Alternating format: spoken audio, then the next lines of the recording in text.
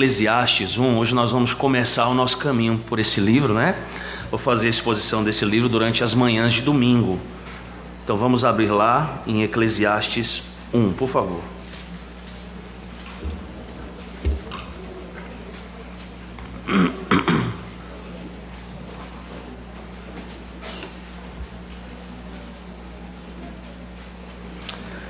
Eu vou fazer uma leitura até o verso 11, que é a parte introdutória desse livro, mas eu vou fazer a exposição hoje apenas dos primeiros 3 versículos, tá bom? Então eu vou fazer a leitura até o 11, você vai acompanhar, depois nós vamos orar mais uma vez, e aí a gente retorna aí para os 3 primeiros versículos desse livro. Diz assim o santo Deus, irmãos, em sua santa palavra. Palavra do pregador, filho de Davi, rei de Jerusalém. Vaidade de vaidades, diz o pregador, vaidade de vaidades, tudo é vaidade. Que proveito tem um homem de todo o seu trabalho com que se afadiga debaixo do sol? Geração vai, geração vem, mas a terra permanece para sempre. Levanta-se o sol, põe-se o sol, volta ao seu lugar onde nasce de novo. O vento vai para o sul, faz o seu giro para o norte, volve-se, revolve-se na sua carreira e retorna aos seus circuitos. Todos os rios correm para o mar e o mar não se enche. O lugar para onde correm os rios, para lá tornam eles a correr. Todas as coisas são canseiras tais que ninguém as pode exprimir. Os olhos não se fartam de ver, nem se enchem os ouvidos de ouvir. O que foi é o que há de ser, e o que se fez, isso se tornará a fazer. Nada há, pois, novo debaixo do sol. Há alguma coisa de que se possa dizer, vê, isto é novo? Não, já foi nos séculos que foram antes de nós. Já não há lembrança das coisas que precederam, e das coisas posteriores também não haverá memória entre os que hão de vir depois delas. Amém. Oremos, irmãos. Pai bendito, mais uma vez nós suplicamos, ó Deus, a Ti. Tu és o Deus desta palavra, a palavra é a Tua palavra, Senhor. Nós amamos a Tua palavra como Teu povo, Senhor. Nos deleitamos na Escritura, cantamos aqui sobre a Tua lei, ó Deus. Já foi orado aqui a despeito, ó Deus, da Tua santa lei, de guardá-la, de retê-la no nosso coração. De maneira que façamos isso agora dentro de um âmbito prático, Senhor. Ouvindo a Tua palavra, ó Pai, com diligência no nosso coração. Atentando, ó Deus, para todos os aspectos da Escritura. E principalmente, ó Deus, enquanto ouvimos a palavra, faz com que nós mesmos também atentemos para o nosso coração, Senhor, para a nossa luta contra o pecado, para pecados, ó Deus, que temos proferido diante do Senhor, de maneira que aquilo que vamos aprender aqui também confronte, ó Deus, a cada um de nós e nos faça refletir sobre a nossa vida diante do Senhor. Auxilia-nos então, Pai, nessa reflexão, nessa avaliação, que precisa ser uma avaliação verdadeira, sincera, porque o que está em jogo, ó Deus, não são coisas terrenas, mas é a alma, é a nossa alma, são as coisas, ó Deus, eternas, celestiais. Então nos ajuda a compreender isso, ó Deus, e nos dê a habilidade por meio da operosidade do Espírito Santo, para aquilo que temos ouvido da Tua palavra, também testemunharmos em nossa própria vida, Senhor, para que no fim de tudo, e é o que também vamos aprender nesse livro, o nome do Senhor, que é um nome que está acima de todo nome, seja glorificado, que toda língua confesse o Teu nome, Senhor, e que todo joelho se dobre diante do Senhor, em nome de Cristo, amém. Amém. Meus irmãos, a mensagem de Eclesiastes, ela é muito importante. Não sei se você já teve tempo de parar para ler todo esse livro, não é? E por que eu digo isso? Porque desde os primeiros capítulos da Escritura, a gente está lendo, por exemplo, aqui fazendo a leitura sequenciada de Gênesis, e é até bom que a gente atente para isso, né? O Antigo Testamento como um todo, ele vai afirmar verdades fundamentais.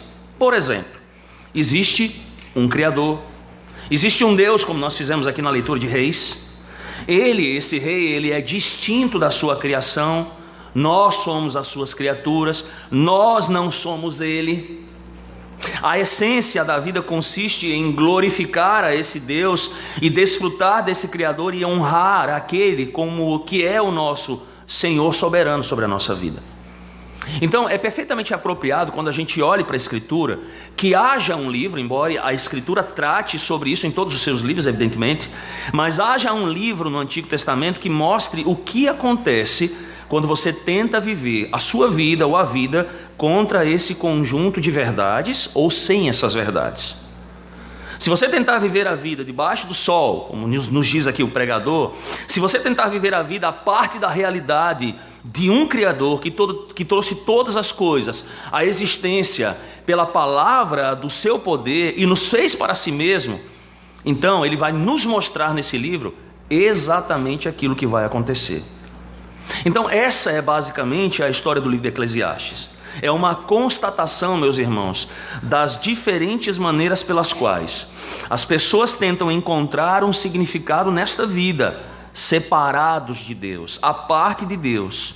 E é uma explicação fútil, de quão fútil é isso. É exatamente isso que o pregador faz. Sendo assim, a gente vai perceber então nas entrelinhas que esse livro ele é um raciocínio inspirado de um filósofo crente sobre o que é a finalidade da vida e a maneira como ele vai questionar então aqueles que recusam esse primeiro princípio da vida para a chamada conclusão lógica da sua falsa pressuposição. O que o pregador está dizendo nesse livro, irmãos, é que se você escolher viver a vida separada de Deus, é assim que a vida será. E ele vai explorar as chamadas várias opções dessa rejeição. Então veja, nós lemos aqui a primeira seção, verso 1 até o verso 11, é a introdução de todo esse livro. O pregador ele vai nos dar como que uma declaração da sua tese desse livro no verso 2, a gente vai já ver isso. E em seguida, depois da introdução, aí verso 4 a 11, a gente vai vendo nas próximas semanas, ele vai elaborar a chamada declaração dessa tese, mostrando várias maneiras e diferentes ângulos para comprovar então a tese dele. Então qual é a tese? Se nós tivéssemos que dar um tema para essa tese, qual é a tese dele? Qual é o tema? O tema é o seguinte: fora de Deus a vida não tem sentido.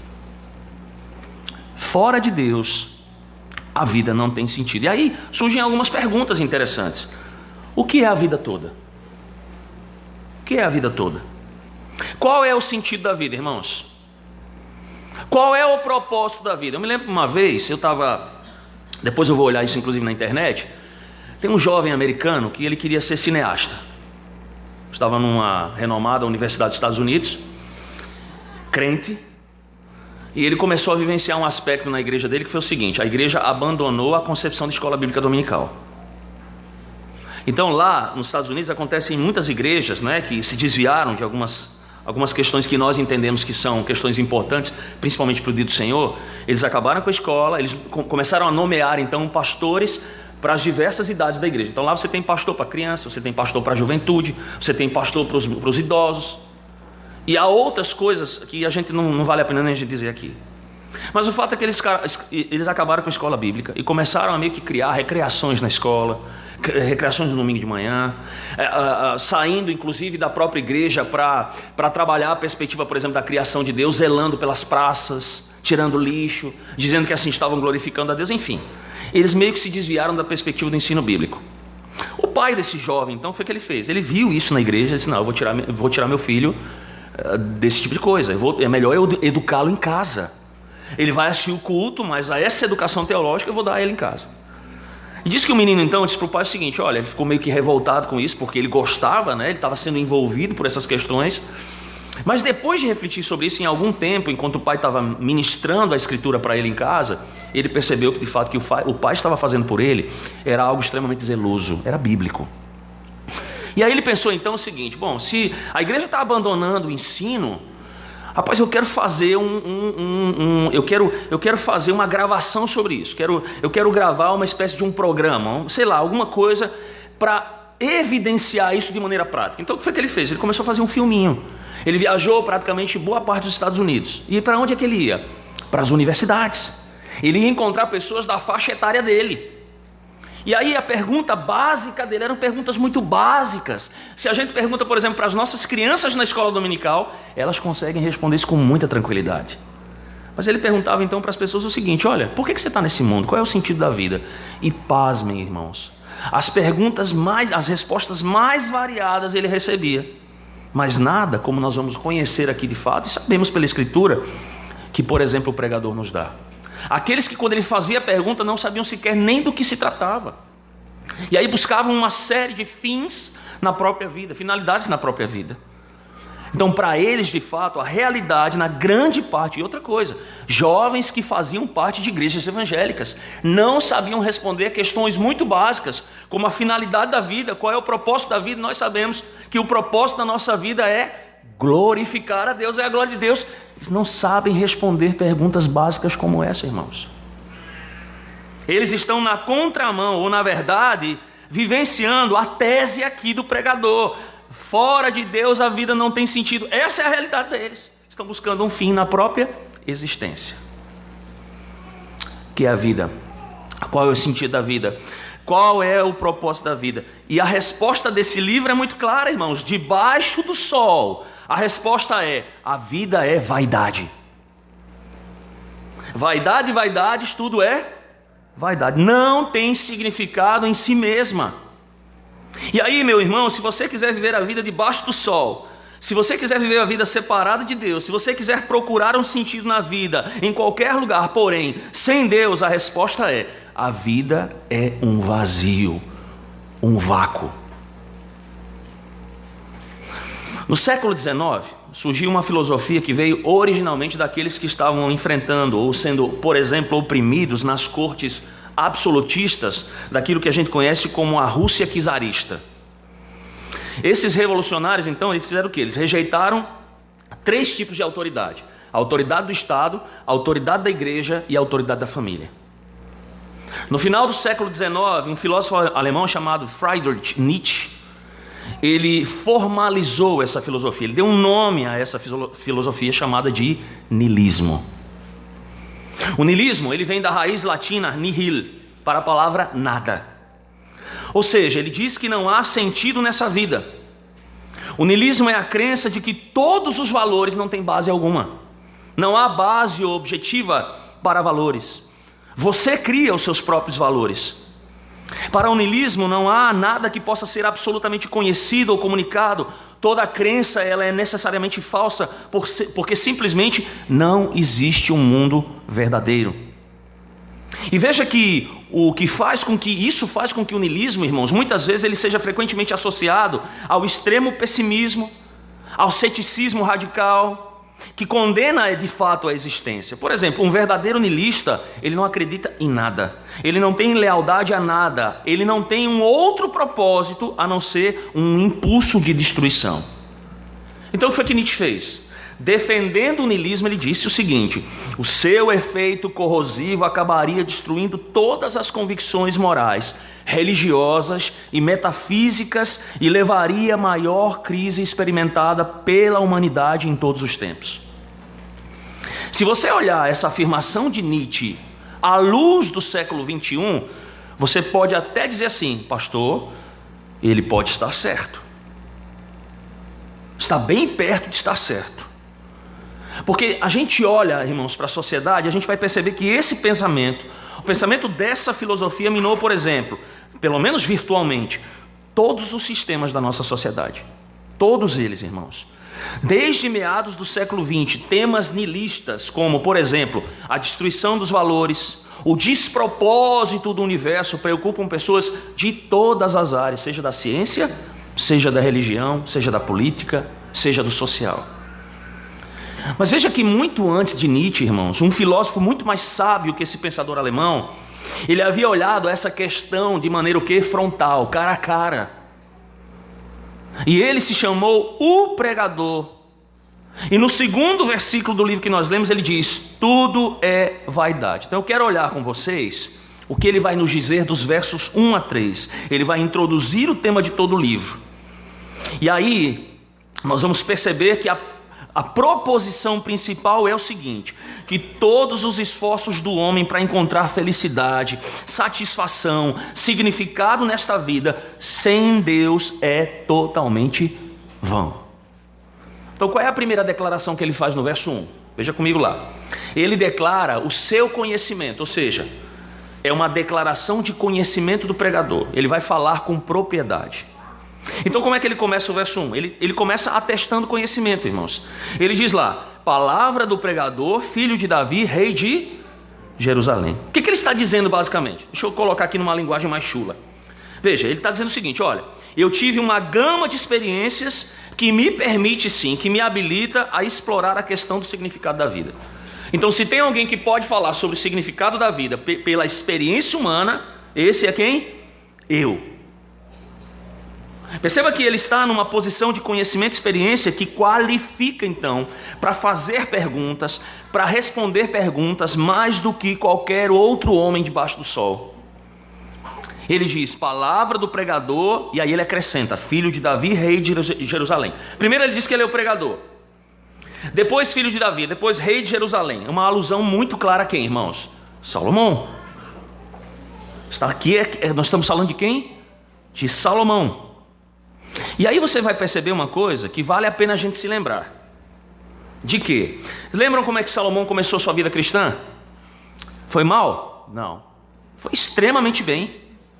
Um servo humilde diante do Senhor. Ele buscou o quê? Mais do que as riquezas que Deus lhe concedeu. Ele disse, olha, eu preciso saber julgar no meio do povo. Eu preciso ter sabedoria para cuidar desse povo. E ele pediu o que a Deus? De fato, sabedoria. Ele pediu a ajuda de Deus. E Deus abençoou ele. Demais, irmãos. Só que se você continua na história de Salomão, você vai perceber que com o passar do tempo, o coração desse homem, ele fez o quê? Ele se afastou do Senhor. Ele se voltou para os falsos deuses das muitas esposas estrangeiras que ele constituiu, que ele tomou para si. Logicamente nós sabemos que muitos desses casamentos foram casamentos o quê? Políticos. Porque ele conseguiu simplesmente, não é? Conseguiu fazer aliança com várias das nações que estavam ao derredor de Israel. Então perceba que muitas coisas que Salomão fez, ele fez de fato talvez parecendo exaltar a nação de Israel, mas que na verdade foram contrárias à palavra de Deus. E aí você vai perceber uma coisa interessante: por maior riqueza que ele tivesse, por maior sabedoria que ele tivesse, havia uma chamada aproximação silenciosa do justo julgamento de Deus sobre a vida dele. Nos anos finais da vida dele, do rei, foram anos extremamente tristes, irmãos. Muito tristes. Deus removeu a bênção, Deus preservou o trono de Salomão por um único motivo. Porque Deus não é homem para mentir. Ele havia prometido ao seu pai Davi de que ele preservaria ali. E você vai ver que mesmo depois da morte de Salomão, o que foi que aconteceu com a nação? A nação se dividiu. E a única coisa que ficou para a casa de Davi, evidentemente as mais importantes, foram duas tribos. Lembram quais foram? Judá e Benjamim. Judá e Benjamim. Aí você lê o livro de Eclesiastes. E qual é a impressão que a gente tem desse livro, irmãos? É o tipo de livro que uma pessoa escreveria quando? Perto do fim da vida. Já nos seus anos finais, refletindo, por exemplo, sobre suas experiências, sobre as lições que ele aprendeu, sobre as coisas nas quais ele errou. Então quando você vai ler essa literatura de Salomão, por exemplo, você vai perceber muito provavelmente que Provérbios e Cantares foram escritos quando ele estava no auge da sua fidelidade para com Deus, e Eclesiastes no fim dos seus dias. Então ele se chamou pregador. Aqui um termo importante para a gente entender um aspecto interessante desse livro, Coelet, não é? Que é como um orador oficial que convoca uma assembleia. A palavra assembleia no grego é a palavra eclesia, daí o nome Eclesiastes do livro. Mas ele não é alguém que vai apenas, ele vai pregar, ele vai falar com uma audiência que foi reunida, por exemplo, numa perspectiva de culto. Mas o principal aspecto aqui é que transmite a ideia de que ele está argumentando contra quem? Contra ele. Ele está falando dos seus princípios, ele está falando primeiro diretamente com quem? Não com os seus ouvintes, mas com quem? Com ele. E veja, meus irmãos, que Salomão, como eu disse, ele teve muitas experiências. Ele conseguiu coisas que poucos homens nessa vida certamente desfrutaram e conseguiram. Ele tem aquele tipo especial de experiência de vida que ele pode afirmar, irmãos, com extrema confiança as coisas que ele vai declarar nesse livro. Em outras palavras, o verso 1 está lá para dizer o seguinte: eu tenho conhecimento de causa, eu estive lá, eu procedi assim, eu trago as marcas e as consequências. Mas ele nos diz um segundo aspecto, e ele nos mostra então a situação do homem sem Deus. Vejam comigo o verso 2. Eles então assim: vaidade de vaidades, diz o pregador, vaidade de vaidades, tudo é, como eu disse, essa aqui é a declaração de tese, é uma avaliação totalmente realista da vida debaixo do sol. E veja que você vai ouvir sobre isso, sobre essa frase, sobre essa perspectiva dele, durante todo o livro. A vida debaixo do sol é a maneira do pregador de falar sobre uma vida que é vivida apenas ao longo dos horizontes desta vida terrena. Ela não vai levar em conta, ela não vai olhar, por exemplo, meus irmãos, para as realidades últimas que estão além da realidade terrena. É isso que ele vai ensinar. É a vida vivida, como eu disse, alienada de Deus, à parte de Deus. E veja então que ele nos dá dessa avaliação realista da vida debaixo do sol a seguinte expressão: vaidade de vaidades, tudo é vaidade. Essa é a situação humana sem Deus.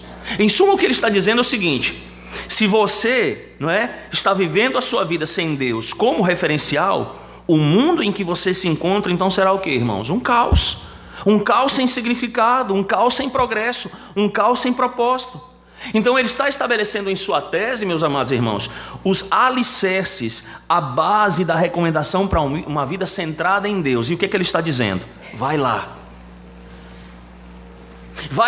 viva a vida não centrada em Deus e eu vou te mostrar exatamente o que tua vida vai ser. É isso aí.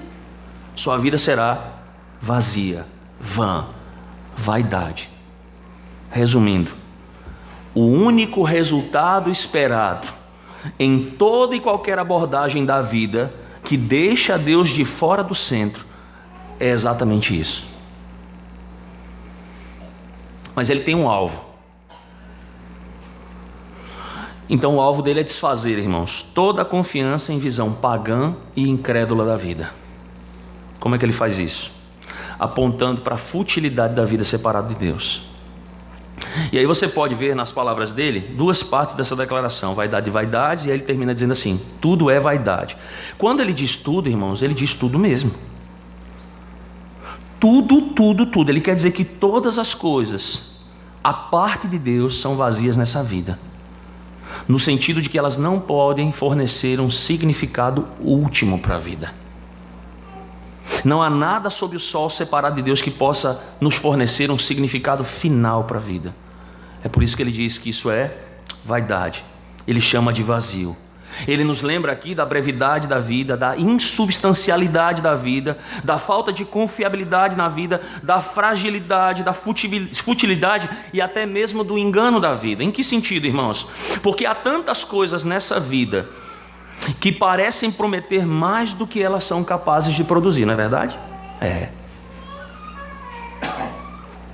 Então ele diz: se você está procurando um sentido nessa vida debaixo do sol, separado de Deus, é justamente isso que você vai encontrar: um punhado de vento, nada. Ele diz: a busca da vida sem Deus é infrutífera e vazia. Deixa eu trazer aqui uma ilustração para você. Eu achei muito interessante. Diz que uma mulher muito bem sucedida, de proeminência, certa vez ela estava palestrando. E o auditório era muito grande, muita gente, muito conhecida, né? Muito proeminente. E ela diz o seguinte: corajosa? É assim que vocês me veem. Bem sucedida? É por isso que vocês acreditam em mim. Felicidade? É certamente o que vocês esperam em mim. E ela conclui: mas vazio é isso que está dentro de mim. Quantas vezes, irmãos, nós não nos deparamos com isso? Com a aparência das coisas, em uma vida completamente sem Deus. A minha pergunta para você é aplicativa: é assim com você? Corajosa, bem-sucedida ou não, sei lá, aparente felicidade, mas no fim de tudo vazio dentro de você? Irmãos, quando nós estamos vivenciando a vida dessa forma, aí a gente vai entender porque muitas pessoas, por exemplo, são extremamente consumistas. E eu já tratei de casos de aconselhamento nessa área, em que a pessoa dizia: eu só consigo complementar o vazio do meu coração, pastor, comprando. A vida só tem sentido para mim, pastor, quando eu entro num shopping, eu vou para as lojas, eu vejo aquelas promoções e eu começo a gastar, e aí começo a encher meu cartão de dívida e eu chego em casa completamente saciada. Mas o mais impressionante, pastor, é que muito antes do mês terminar, eu tenho que fazer isso tudo de novo. É assim com você, minha irmã e minha irmã. Eu peço a você que você reflita nessa manhã. Há um vazio dentro de você. A vida para você realmente tem sentido? Você tem vivido a sua vida com Deus ou separado de Deus? Você precisa fazer essa avaliação, meu irmão. Você não pode continuar com esse vazio dentro de você. Mas isso então nos leva ao terceiro aspecto do texto. Quando você medita sobre isso, e aí é o último que eu vou trabalhar essa manhã, a avaliação do rendimento dos nossos esforços.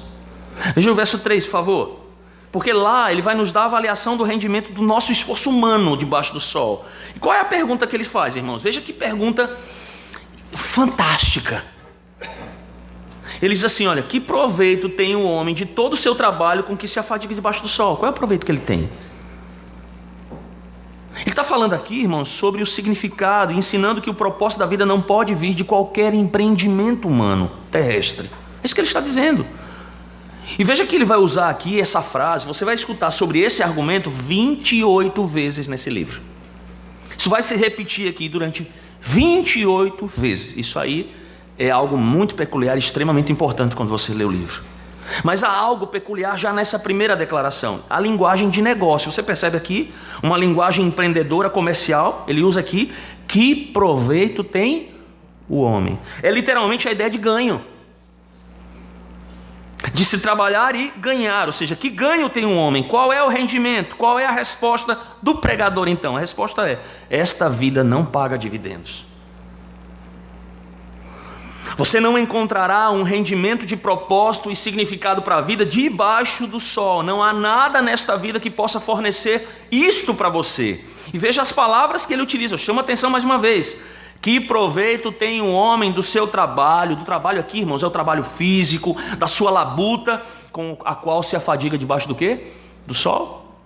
Lembra, nós lemos o que hoje? Gênesis 3. Vocês lembram quando Deus pesou a mão em Adão? Por causa da sua transgressão, ele amaldiçoou a própria criação. E aí agora diz o seguinte, olha, aquele trabalho que Deus havia dado lá antes do pecado, que ele trabalhava, ele tinha que cuidar do jardim. Agora ele diz assim, em meio ao quê? Hein, irmãos? Ao esforço, à fadiga, você vai comer agora do suor do seu rosto. E outra coisa, você vai ter que lutar, porque diz que agora a terra vai produzir o quê? A erva daninha, cardos e abrolhos. Então vai ser penoso debaixo do sol, irmãos. Qual é o proveito desse esforço físico, dessa labuta, dessa fadiga debaixo do sol, irmãos? Veja, nenhum dos nossos esforços sem Deus pode suprir a vida com um propósito e significado. É por essa razão, veja comigo o verso 14 que ele diz lá, por favor. Ele diz assim, olha, atentei para todas as obras que se fazem debaixo do sol. E o que é que ele encontrou, irmãos? O que é que ele disse? E eis que tudo era vaidade e correr atrás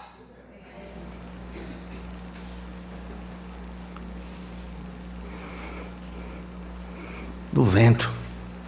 Teve gente que já quis engarrafar o vento, né? Poeira no vento é tudo que somos ao vento, irmãos. E talvez você já tenha aqui ouvido a seguinte frase: a razão pela qual eu vivo a vida, o que dá sentido à minha vida, é que eu estou tentando fazer do mundo um lugar melhor. E perceba que se nós entendemos nisso, há nobreza ou não há? Sim, nós não estamos aqui para fazer mal. Nós somos, a igreja do Senhor é um agente do quê? Do bem. Precisamos fazer isso. O bem tem que ser um bem de nosso interesse. Nós precisamos contribuir para o bem nesse mundo, para o bem com a sociedade. Mas isso não pode fornecer o sentido último da vida e nem vai.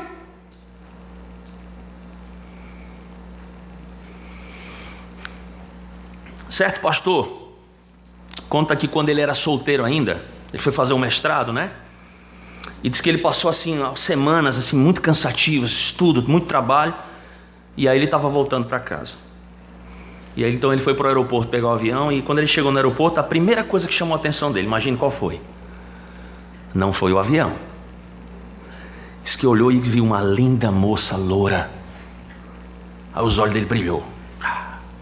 E a primeira coisa que ele pensou, ele disse: rapaz, se eu tiver que entrar nesse avião, a pessoa que eu quero que esteja sentada ao meu lado é quem? É ela.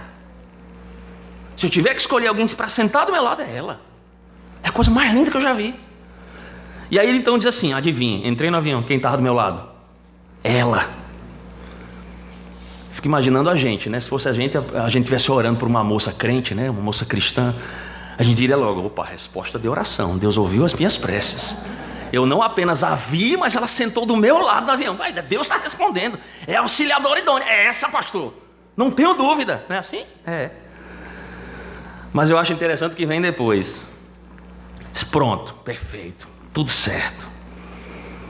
E ele diz assim, como castigo de Deus por minha cobiça, ela falou por 7 horas sem parar naquele voo. 7 horas. Aí ele diz o seguinte, chegou à conclusão, né? Em toda a minha vida, eu nunca encontrei uma moça mais cética, mais desequilibrada do que essa moça de 17 anos. Ele diz que quando a conversa dela, o falatório dela estava com 3 horas, ela compartilhou com ele o contraste entre a sua filosofia de vida e a do seu avô. E ela disse assim, olha, meu avô ensinou o seguinte, você sabe, já estou velhinho, eu tenho que viver a vida para que quando eu morrer eu deixe esse mundo um pouco melhor. Aquele pensamento que eu acabei de falar agora. E ela disse assim, isso é ridículo. Eu estou na vida por mim mesma. A razão da minha vida aqui sou eu. E aí ele diz que 2 pensamentos vieram à cabeça dele. Primeiro, coitado de quem casar com essa mulher. Ele já tinha desistido. Segundo pensamento que veio à cabeça dele. Bom, você sabe, se não há Deus, se pensarmos sobre a vida sem Deus, você tem razão. Você está nessa vida por você mesmo. Embora o pensamento mais nobre talvez seja o pensamento do seu avô. E eu até gostaria que você seguisse mais o pensamento dele do que o seu. Porque sem Deus, de fato, esse pensamento é o quê? Ele é coerente. Mas ele conclui. O significado na vida não pode ser encontrado, irmãos, em esforços humanos, por mais nobres que eles possam ser. Meus irmãos, que vantagem tem um homem de todo o seu trabalho? Mateus 16, 26 diz o quê? Abra comigo, por favor, lá.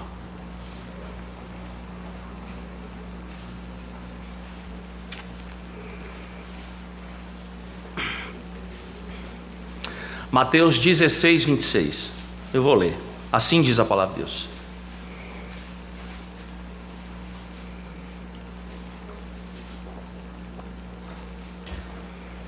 Pois que aproveitará o homem? Se o que, irmãos? Se ganhar o mundo inteiro e perder a sua? Irmãos, o que dará o homem em troca da sua alma? A palavra nos ensina que a vida do homem não consiste na abundância de bens que ele possui. E você deve se lembrar de um princípio. À medida, irmãos, que os bens aumentam na nossa vida, se multiplicam o quê? Vocês lembram? As nossas muitas preocupações. Muitas preocupações. Do que, diz a palavra de Deus, aproveitará levantar cedo, lembram? Repousar tarde, comermos o pão que penosamente granjeamos.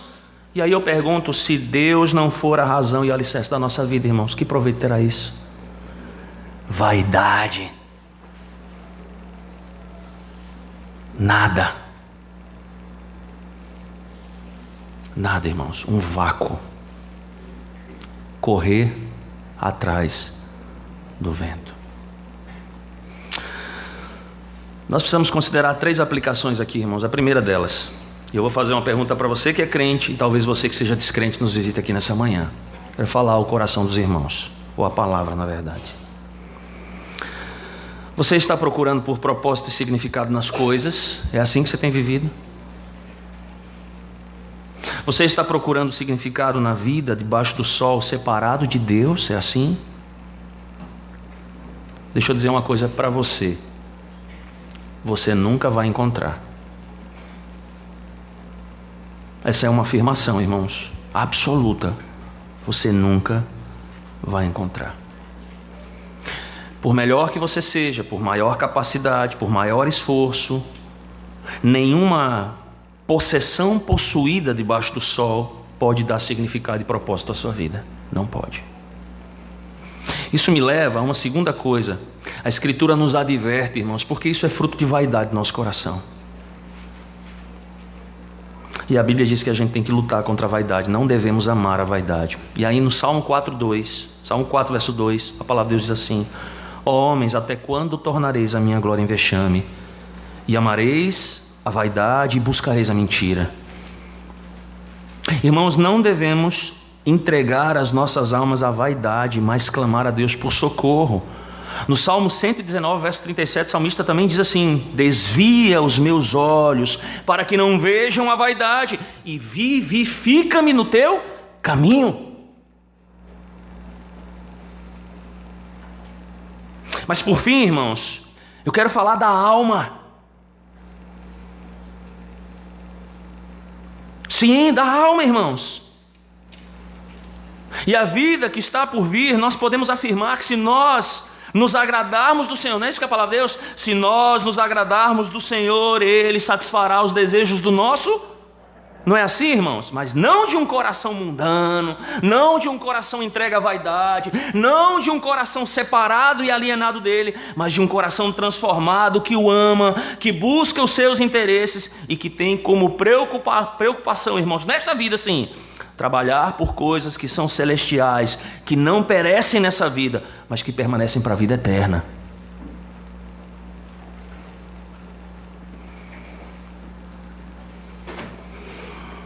Essa vida, ela só tem um doador, irmãos. Ela só faz sentido, não é em coisas, mas é em uma única pessoa. E vocês sabem o que eu estou falando. É Cristo. É uma vida, irmãos, que tem sim, essa vida com sentido, não é? Que tem o seu fim em Deus. Ele é o arquiteto desta vida e é para a glória dele. Essa vida tem como base o conhecimento do único Deus verdadeiro e a Jesus Cristo a quem ele enviou. Não é o que a gente tem aprendido em Colossenses? Ele é a expressão exata de quem? Do seu ser. Todas as coisas convergem para Ele, irmãos, a Cristo a quem Ele enviou. E vejam que essa vida é o quê? Ela é um dom. A vida que faz sentido, a vida verdadeira, a vida de abundância, ela é um dom gratuito de Deus, mas é em Cristo Jesus nosso Senhor. E nele ela tem finalidade. E em Cristo ela tem o quê? Propósito. Porque Ele diz: eu sou o caminho, eu sou a verdade e eu sou a vida. Aleluia, irmãos. Glórias a Deus nas maiores alturas, porque nele tudo faz sentido, com Ele tudo faz sentido. Mas em nós tudo está perdido. Tudo é vaidade, tudo é vácuo. É como correr atrás do vento. E que se o nosso pensamento tem esse, que Ele nos leve ao arrependimento nessa manhã. Mas que se de fato nós o temos, como esse Deus que é o doador da vida, que é a razão da nossa vida, que nessa manhã também, meus irmãos, Ele fortaleça essa verdade para cada um de nós. Amém. Vamos orar, meus amados. Pai, em nome de Jesus, abençoa a Tua igreja nessa manhã, Senhor. Obrigado pela palavra do Senhor, que nos faz compreender, ó Deus, de maneira muito prática, Senhor Deus, a vida como tem que ser vivida, em quem ela reside, qual é a base, qual é o alicerce, mas principalmente, ó Deus, a gente não constrói, Deus, assim, nós não fazemos da vida, de fato, aquilo que ela vem para nós, ou seja, nós não conseguimos a vida para nós mesmos, ó Deus, a vida perfeita, a vida de felicidade, ó Deus, a vida com sentido, a vida com propósito, sem o Senhor. Essa vida, ó Deus, a concepção dessa vida, ó Pai, como ela é biblicamente, como ela é o alvo do Senhor, ela nos é concedida com graça. Com graça. Então, ó Deus, em nome de Jesus, quando nós olhamos para o mundo e vemos pessoas, Pai, que têm simplesmente vivenciado a vida pelos aspectos mundanos, humanos, pela centralidade do homem e não de Deus em sua vida, ó Deus, que mais ainda possamos valorizar o fato de que um dia os nossos olhos se abriram para essa verdade e que isso foi um ato gracioso, misericordioso da parte do Senhor, um ato de amor que foi manifestado em Cristo. Eis aqui também, diante da concepção verdadeira que nós temos da vida, é a nossa gratidão essa manhã. Porque, como também temos aprendido na Tua Palavra, nós fomos transportados, ó Deus, de um reino de trevas para o reino do Filho do Teu amor. Ali nós não tínhamos vida, mas aqui agora nós a temos. E não é por mérito, não é por filosofia pagã, não é por meio do pecado, não é por meio de nós, não é essencialmente para tornar o mundo melhor, mas é porque Cristo morreu por nós, e porque por meio disso, nele nós temos vida, e vida em abundância, vida por toda a eternidade, Senhor. Então nós glorificamos o Teu nome nessa manhã, Pai, e continua falando conosco, pela palavra pregada, mas pela ministração do sacramento nesse instante, Senhor. Assim nós rogamos, ó Deus, em nome de Jesus. Amém. Amém. Nós ainda vamos cantar um hino resposta que está lá no Salmo